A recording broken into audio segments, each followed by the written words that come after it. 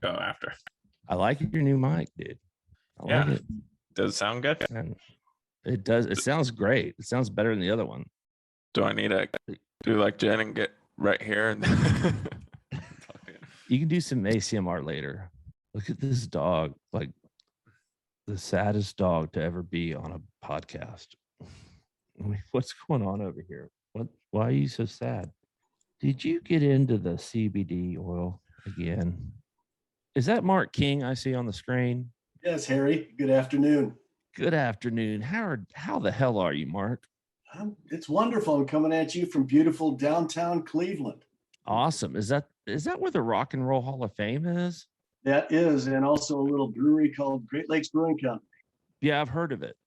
I have indeed heard of it. And so this is, and by the way, one of the things that we negligent on this podcast so far is basically everything. We're doing everything wrong, but you're supposed to introduce your guests before you just launch into questions. I've been told. I just assume everybody knows everybody. It's the beer industry. We all know everybody. But apparently these young kids don't maybe know who I'm talking to. And you young adults entering the industry, this is Mark King. You're in for a treat. Because Mark, like me, has been around this industry for too long, and it either kills you or it makes you stronger. And obviously it's made us stronger. So Mark, thank you for being on. You're the CEO of Great Lakes Brewing Company. We've been, acquaintances and I would say friends, I don't know, 10 years at least. So tell me, you have a new innovation coming out, and I want to hear about this first. For sure. I've been here at Great Lakes now. It'll be 2 years in October. When I moved up here, and I moved up here from the great state of Texas, where, of course, we forged a relationship, Harry. And, when I came up here, I took a good look at Great Lakes Brewing Company, the history, the heritage of the business, right? Those are things you can't make up as a craft brewery. We've been around for 33 years. We're still owned by the original owners, Pat and Dan Conway, who created an ESOP a couple years ago. But we also saw an opportunity for Great Lakes to get back into growth mode and to get into other avenues and other lanes where we weren't competing previously. And one of those happens to be the better for you category. And we thought about a couple things to enter. And one, to nobody's surprise, would be the seltzer space. But I think the tough thing for legacy regional craft breweries is, how do you enter that space and not look like a Me Too and not look like a money grab? And how can you do that in a way that adds to that history heritage? And so coming from Texas, and granted, it's a little bit different now, but ranch water was just starting to become a thing. And I knew a couple people down there that had got into that space. And so last summer, of course, right as the pandemic was happening, I went to our lead innovation brewer, Steve Foreman, and I said, could you ferment some agave? I had spent a few years with Jim Beam and knowing agave is a sugar base and natural. I said, is that something we could ferment, and how would that taste?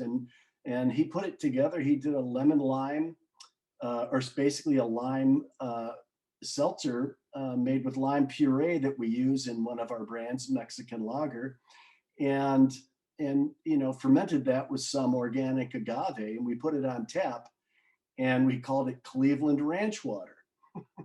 So people didn't know what the hell it was. In fact, you're in the Midwest when some of the what the hell is Cleveland Ranch Water? There's no ranch water. There's no ranches in Cleveland. There are ranch houses in Cleveland. Right. Yeah, a lot of ranch houses. You're in the Midwest, exactly. Though. We had customers ask if it tasted like ranch dressing. Oh man. And then the ranch and blue cheese comes up. Is it better to have ranch or blue cheese? You've seen these Midwesterners argue about this for days on end. And I'm like, absolutely. Guys, absolutely. You can have both. You can have both. They're not going to charge that hard. Much. Yeah. No. So. But we did that last summer, and it was a big hit. It was one of our top sellers on tap.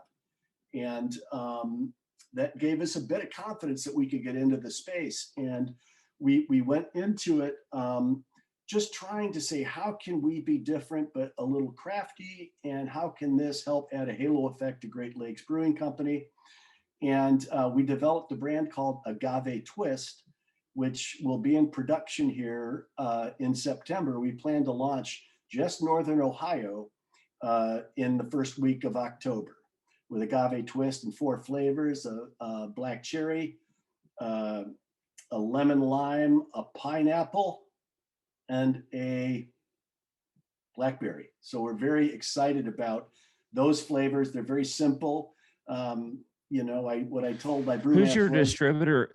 Who's your distributor in Northern Ohio? Is it Heidelberg or? Yeah, we've got the greater Cleveland area, basically Cuyahoga County, is covered by Superior Beverage, and Heidelberg has us in Lorain County, which will also be launching initially.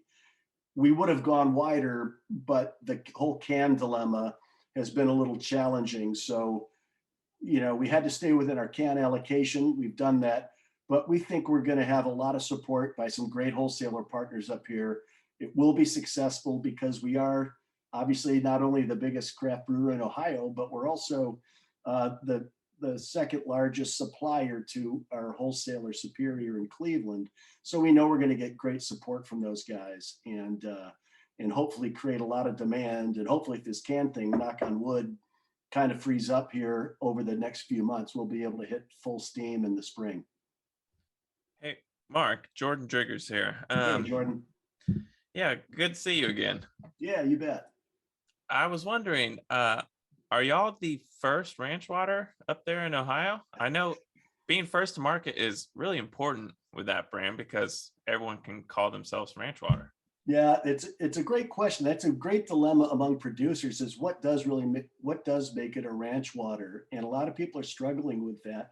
We believe the agave, the real agave that we're using, allows us to use that to leverage the brand. But I believe we are probably the first ranch water, and it's probably pretty good timing. There's some pretty big, powerful companies that are getting into the space that'll help validate that category.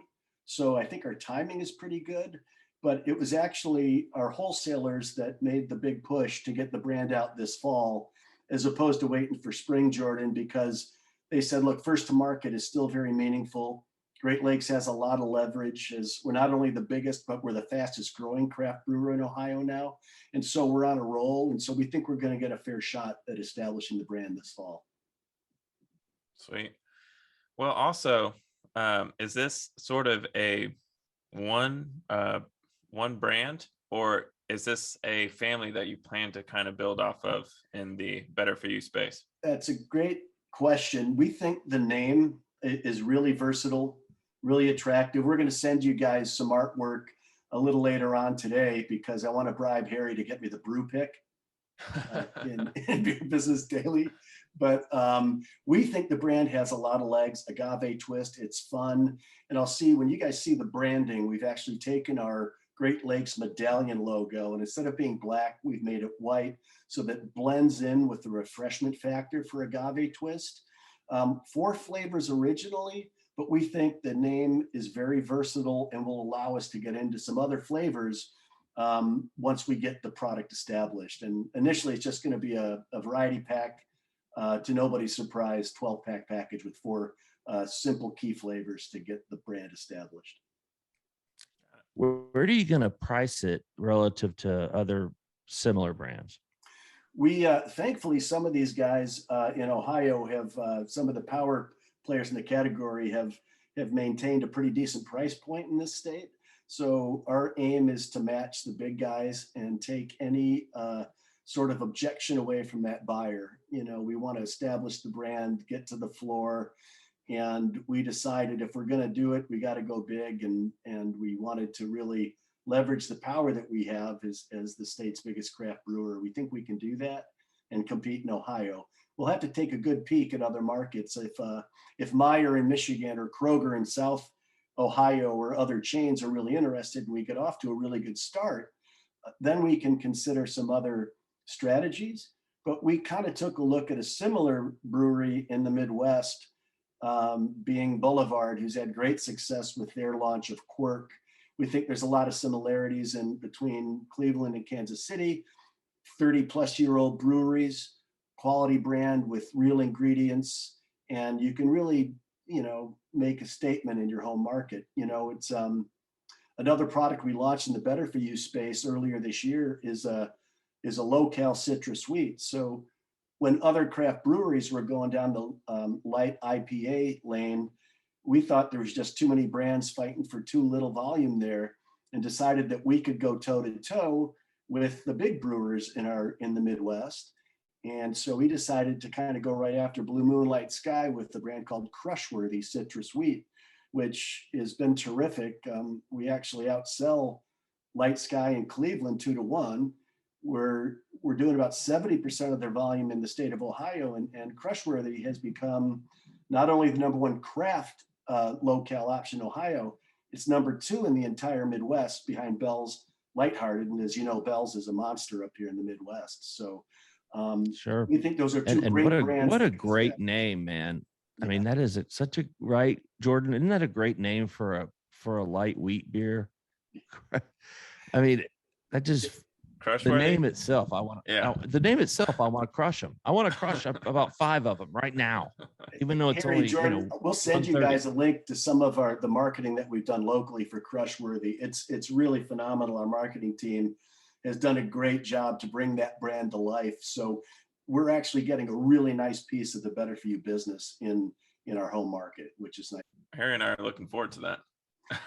We'll send you some down. Okay, Mark, and then You don't have to bribe us for the brew pick. All right, it's whether you send product or not, we'll probably put it in. But if you send product, it might help your chance. I don't know. I don't know. We've done as publishers, we have a fine line of what we can accept. Our marketing team would be proud to have the brew pick, Harry. Well, let me tell you something. This dog is head of our ethics committee. So as you can see, she's sound asleep and doesn't hear any of this. So, feel free. So, so Mark, aside from Great Lakes, you have a prolific career in that you've been involved in, you work with Gambrinus of all, which is trial by fire, as everybody knows. I'm not speaking out of turn. Carlos, if he's listening to this, he knows he's a hard ass to work for. And you've been at, Austin East Ciders. And so how is your progression and what have you learned from these different places? Harry, I've been in the business since 1982, started loading beer trucks in Milwaukee. And I've been on the supply side since 1987. And I've worked for some great people and some great companies. And let's just say I've also worked for some not great people and not great companies. And so, but I think, what I tell the folks that I always kind of try to mentor in the business is I've had a lot of bosses in my career. Some were good and some were bad. And you know what I did? Everything they told me to do. So I've learned a little bit from everybody. I've been very fortunate to get some real great guidance from people. But I will say that, making that move when I founded East Ciders, for instance, in 2012 is when that concept I started working on. That maybe it was a midlife crisis or maybe it was just my entrepreneurial spirit, but I took a look at the cider business, which at the time, was less than a half share of the beer business, but there was a lot of noise in cider. Heineken was buying Strongbow, Miller bought Crispin, was creating Smith and Forge. Jim Cook started Angry Orchard, was just starting Angry Orchard up at the time. So there was a lot of smart people getting into the cider world. And I looked at parallels between cider and craft beer and said, you got Ace on the West Coast, you got Woodchuck on the East Coast at the time, and there's nobody of scale in the middle of the US or the south of the US. And that's when it dawned on me that if we had a cool brand, if we could look good, taste good, be priced right, we'd have a shot because, in Texas, there's, 30 million people and they love things from Texas. So I thought we had a shot if everything could come together. And of course, the pushback initially was, you're crazy. They don't grow apples in Texas, right? But I told our wholesaler partners I was trying to woo at the time that, they don't grow hops in St. Louis, but they sure make a lot of beer there too. So that was kind of the struggle to get that brand going. And one of the, I think most satisfying moments of, my professional career was when that brand really started to take off. We got to over 20 employees. Now it's up over 100 and everybody has health insurance and 401k, and really proud moment. And if you took a look at Austin East Ciders today, and I do remain on the board of directors there, if they were a craft brewery, and technically they're a winery because they're made out of fruit, they would be the fourth largest craft brewery, independent craft brewery in the state of Texas right now. So really that's not bad, man. We did there. Yeah. I mean, I see that I was in Austin, like, I don't know, 2 weeks ago, and their taps are still everywhere. I mean, I know cider's not a big deal anymore, but they still have hung in there. It seems like you still have hung in there. Yeah, they have, and they've done some great brand work down there. It's funny if you think back in around 2015 or so, 2014, 15, there was this thing called Not Your Father's Root Beer, which became a real fight for the cider business. And Henry's came into Henry's hard soda, and all these hard sodas came in. Best damn soda. Delicious. Yeah, and absolutely good for you. Good for you. Only 300 calories a bottle. I wish those days would come back. And where is the Four Loko with caffeine? I mean, I've been denied a lot of things lately that I loved, or B to the E. God, I forgot about that one. Yeah. Jordan, B to the E. Do you remember that? That was Budweiser to the exponent. And what it meant was it was Budweiser with caffeine, or did it have caffeine? I can't remember. It had something in it. Harry, one of our mutual good friends, Scotty Heckel at HDC, I was talking to him one day, and he said, those bastards at Pabst can't get me the 10 truckloads of Not Your Father's Root Beer I need. And I think it was a month later, he said, do you know anybody that needs 10 truckloads of Not Your Father's Root Beer? Well, it did flame out fast. It was amazing. It was all everybody was talking about. And then all of a sudden, the reason all of my employees, associates, let's just say associates, whenever they say, "You are such an asshole, Harry," and they say it quite often, I blame it on Scotty Heckel, because, he was my boss for 7 years, and you learn to treat your employees how you were treated.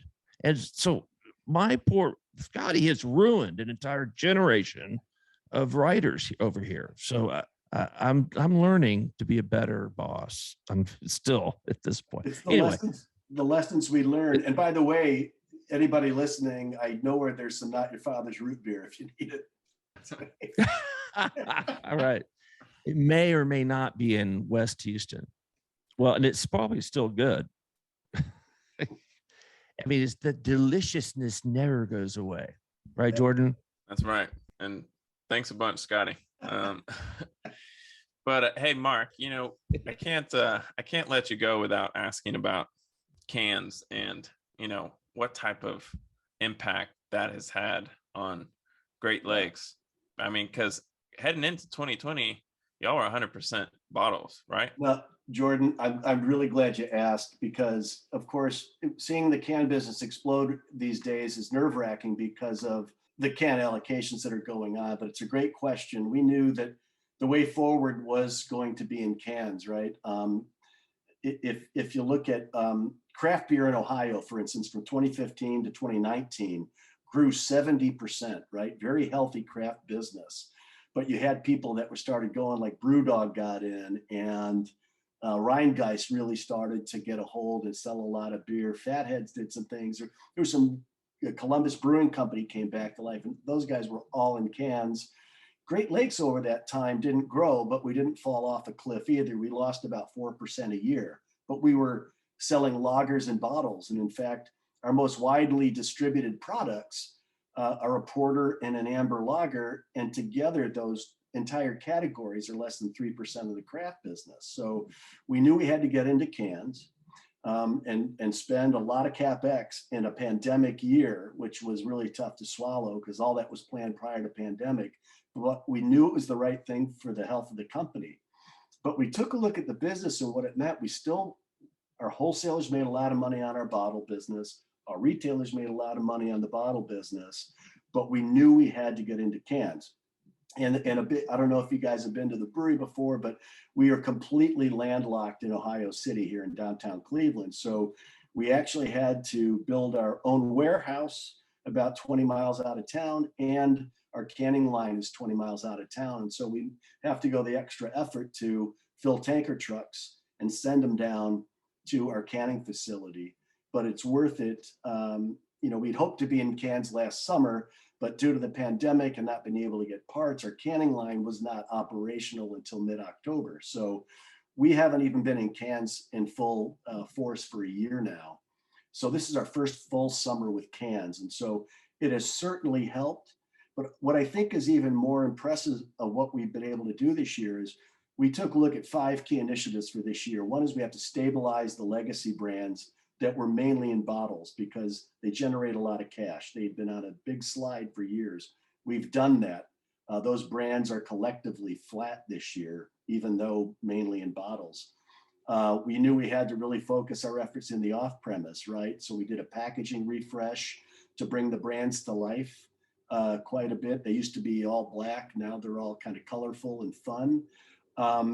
We had to compete in the IPA portfolio.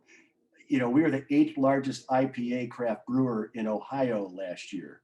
This year, we're flirting with the #1 spot already. So really proud about that because, as you know, almost half of every craft beer is an IPA. And we had one brand prior to just a couple of years ago that was an English IPA, which is a very small category. So, I think that our big launch of our Tropicoastal IPA is happening right now.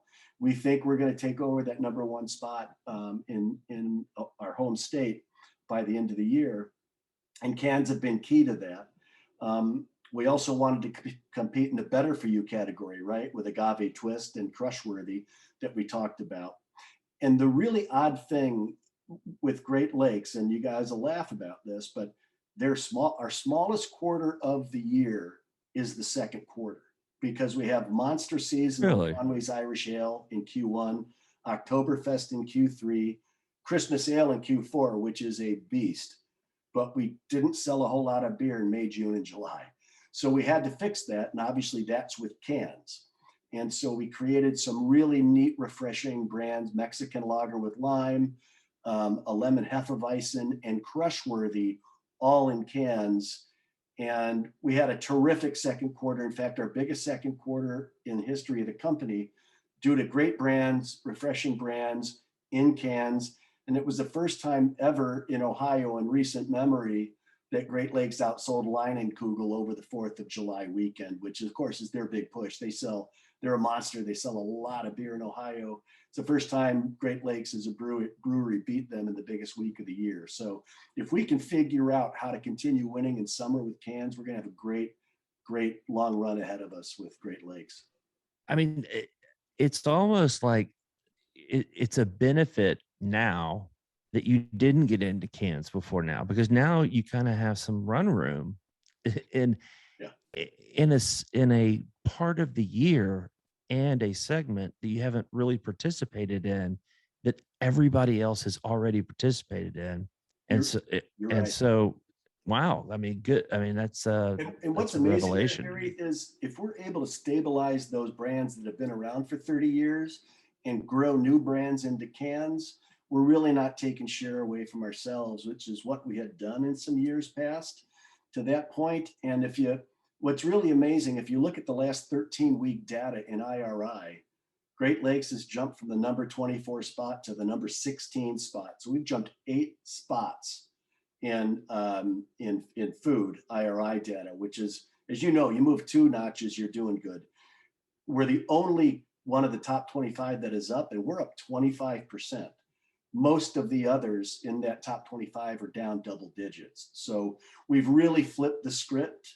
And again, we're competing in better for you. We're competing in IPAs. Those are 2 things that we didn't have any dog in the hunt in those categories before. If we're able to stabilize the rest of that business and continue to grow in these growth lanes, we're going to be great. And the only thing holding us back is cans. And, 2022 started last month, and it's very difficult to project because we don't know if we can get the cans to hit the numbers we think we can achieve. So it's a real quandary. It's a veritable Apparently, quandary. everybody's buying them from Asia. Yeah. I get why we have shipping empty cans from Korea to here to fill up. I mean, it's just crazy. But cans are light when they're empty. Yeah. And they're valuable. What is the name of your cat that keeps walking around behind you? Obviously, Yeah. very passive aggressively walking around. Like the cat's like, I know you're on a call. I know this is important, but I'm going to make myself known. I mean, just constantly walking back and forth like a parade behind you. It's unbelievable. That's Mr. Cat, and Fuzzball also is around here somewhere, but I won them in the divorce, Harry. She got the Cadillac, I got the cats. So listen, we're in sad accord. Jordan, you got any final thoughts for our friend? No, I think that's all I got, Mark. I wanted Awesome, to talk guys. about cans and the new innovation. And well, if you guys are going to be around, we're going to head down to Austin third week in September, probably. So I'll pop in and bring you guys some additional samples. sweet. Well, that's great. Jen lives in Austin, so she'll probably be Good. around. And Awesome. yeah, we do have a lot of travel in September, but we're not, still kind of in flux. But thank you, Mark, for being here, and congratulations on success at Great Lakes. It looks like it's going well. What a great Midwestern brewery, and what a great success story. I've followed them since the beginning, but since I'm not up there, I don't get to see it. I don't. How when you're here, you see that shiners everywhere. You kind of get a sense of what the market is, and I've just never lived up there. That's not to say that I won't. Harry, Jordan, there's an open invitation. I just wouldn't recommend February. I hear you. No, on I that. I like the snow. All right, Mark. Well, thank you so much, and it's good seeing you again, and appreciate you being here, pal. And Thanks for the time, guys. See ya. you bet. Take care. All right. See ya. Bye bye.